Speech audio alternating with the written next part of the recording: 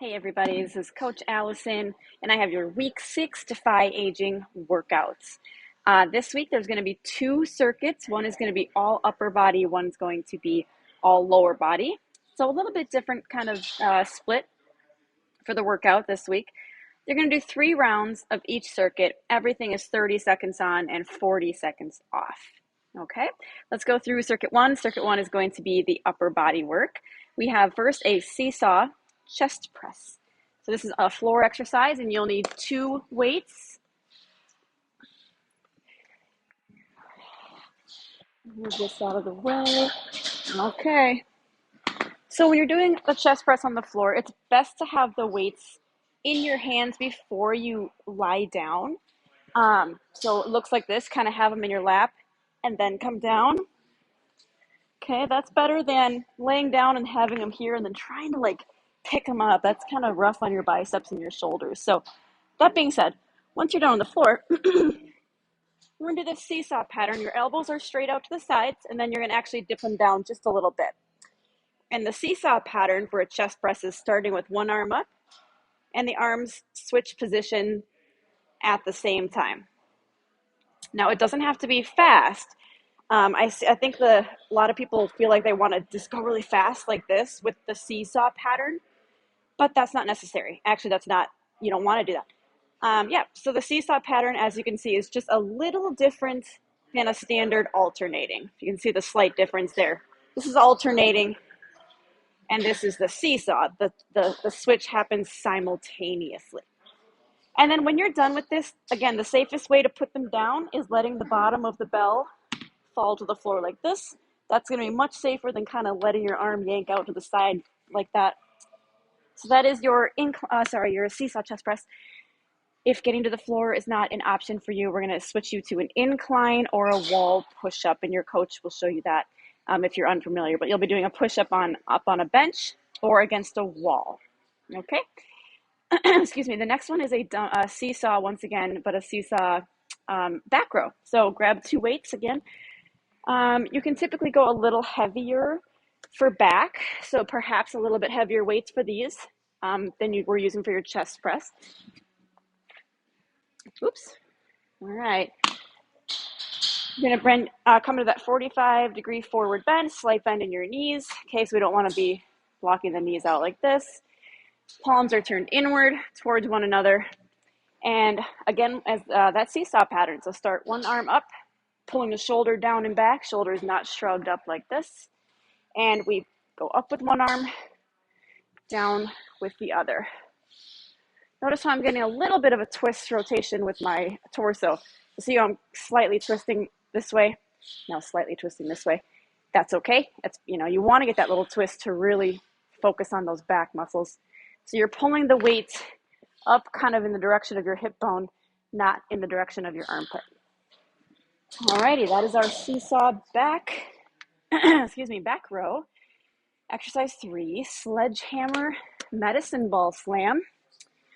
So medicine ball, of course. If you're at home doing this, you'll use a pillow. Works great. Of course, the pillow doesn't bounce, so you can't catch it. But you have to just bend down safely to pick it up. But otherwise, the movement will be the same. So if you're at home, you'll do this with a pillow. In the clubs, we have our slam balls.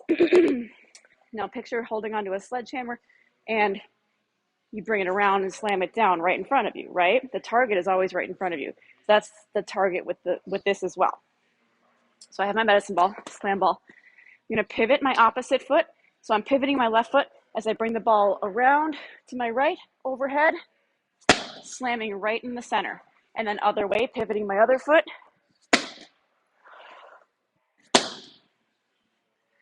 So you're trying to make this as big of a movement as you can.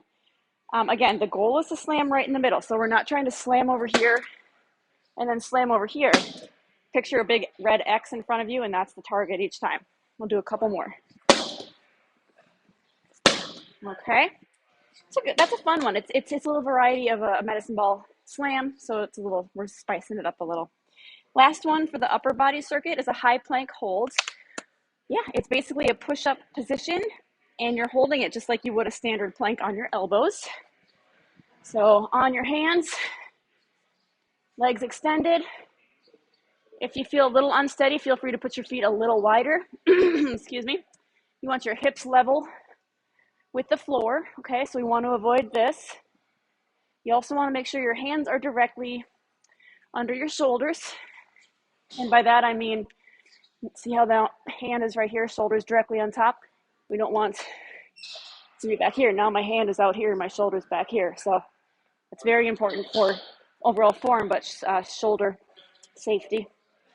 All right, so this one can be, for some people, excuse me, I'm sorry, you can do this on the knees as well. If you're doing a knee version, make sure you're not just in a tabletop, because this isn't really working anything, but instead you have those hips nice and low, engaging your core. Now you feel those abs. So again, if you're doing the knee version, it's not a tabletop, it's a plank. You can also do this up on an incline. I have a low box here, but you could have any height. You could have something higher, and you can do this up on an incline if needed. Same thing. You want basically a nice straight line from your heels to the back of your head. And by that, I see you could draw a nice straight line. Now it's not a straight line. So again, we're trying to keep those hips down. So this can be, for some people, a little rough on the wrists. So you'll probably want a mat too for the hands. But if this is hurting your wrist, feel free to turn it into a standard plank, which is back down on those forearms. Really, they're both plank varieties. It's just some variety. Okay. So again, try the high plank. If that hurts your wrists, go down to the elbows. All right, that's our upper body circuit. Circuit 2, it's the lower body circuit. The first one, alternating step-ups. All right, at the gyms, we have all sorts of different heights of our boxes and our steppers, so pick what's appropriate for you. Now, alternating means we're going to alternate the leading leg. So I'm going to start with my left. Up left, down left. Now up right, down right. So basically the last leg to go down is then the first leg to go back up. Left, right. Okay. Make sure you are getting your entire foot on the box. I'll just go from to the side so you can see my whole foot's on there. What we want to avoid is kind of letting a little bit of the heel hang off the edge. Safety, as well as it's a little safer on your Achilles tendon and your calves. We also don't want to tip backwards. You can do that near something, like to put your hand on for a little stability and balance if you need it.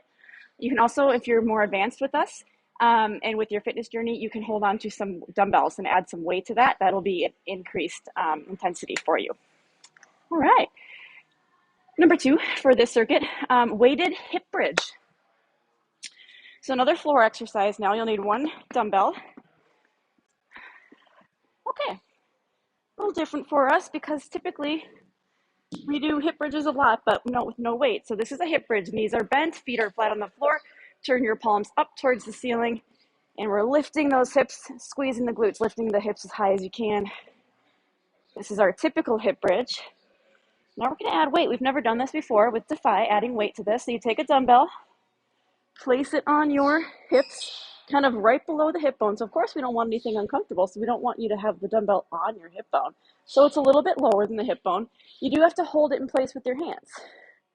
See how I'm holding the weight in place here? Maybe this way is best. I don't really know. There we go. Yes. Now, if I was to let go, the weight's going to roll all the way down and hit me in the face. So, yes, you do need to keep your hands on it. So that is our weighted hip bridge. Pause for 1 second at the top so you really feel the squeeze in your glutes. And as usual, of course, we always have an option, a no floor option. So that's going to be a deadlift in this case, if you're unable to get to the floor. Some people joke and say if they can get down, it's fine. They can't get up. So for whatever reason, if a floor exercise is not an option for you, this is going to be your choice is the deadlift. Very different movement, but it is the same muscle groups being worked. We do these quite a bit. So grab your kettlebell, feet are hip width apart. It's a hip hinge movement, not a squat movement. This is a squat. This is a hinge. So hinge at your hip, stick your butt back. The weight hangs straight down and come all the way up, pulling your hips forward. You want to keep your back nice and flat. So make sure we're not rounding our back like this. Yeah, so we do deadlifts quite a bit. If you've been with us even if you've been with us for just a month, you've probably done quite a few deadlifts already. Okay, exercise 3 is a goblet squat. You'll want a kettlebell for this. If there isn't an appropriate kettlebell weight for you, I'll show you how to hold on to a dumbbell. But typically, goblet stuff is done with a kettlebell. Two choices. You can hold it with the bell up like this, or you can hold it by the horns with the bell down. It's really preference. It does kind of work your shoulders a little bit differently, so try both and see which one you like better. I'm feeling like doing bell up today. We keep the kettlebell at chest height, but not resting on the chest. So make sure it's about an inch off of the body. So if it's on the chest, you're not having to engage your core and your shoulders quite as much. So you're not going to hurt anything, but you're also not getting as much benefit. So don't let it rest against your body. Feet are hip width apart, sinking your hips down and back into a standard squat.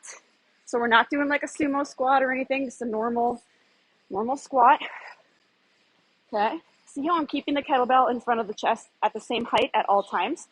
What we want to avoid, which is very difficult to avoid it, so it takes a lot of focus, is letting the weight, so bending too far forward. So now we're kind of letting the kettlebell fall. But instead, again, activate your shoulder and your delt muscles to keep that kettlebell in front of the chest at all times.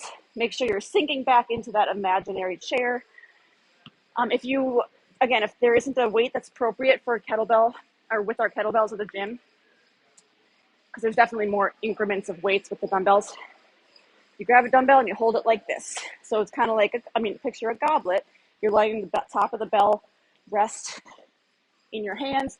Otherwise, of course, the movement itself is the same.